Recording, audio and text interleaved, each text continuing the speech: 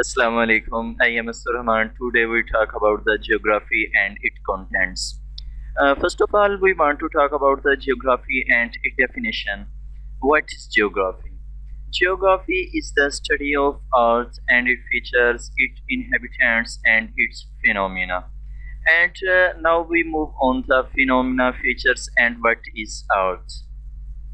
Its features are the things like continents, seas, rivers, and mountains. And number two, its inhabitants are the people and the animal that live on the earth.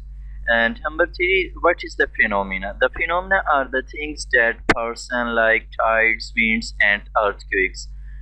A person who is an expert in geography is called a geographer.